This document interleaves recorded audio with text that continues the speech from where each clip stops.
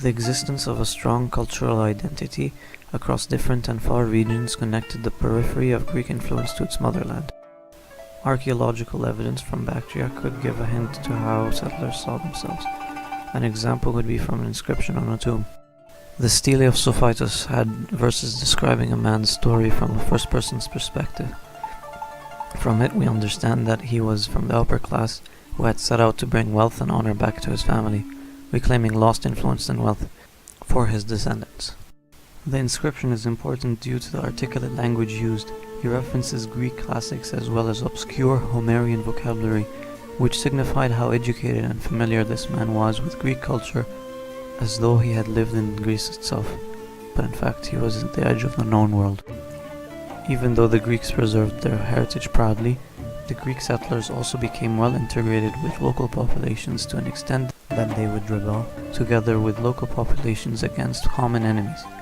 They also adopted cultural habits and traditions, including administrative institutions that were left by their Persian predecessors. The fusion of Greek and local cultures of ancient Bactria is most clear when we look at the archaeological finds of their architectural style, which although had a Greek influence, it still remained distinct from the architecture found in Greece, local influence fused with Greek.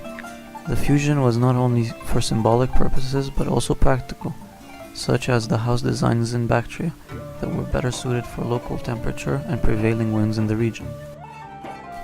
Greek cultural identity also served as a tool in diplomacy, sometimes ending wars and possible feuds for the sake of keeping their guard up against the other.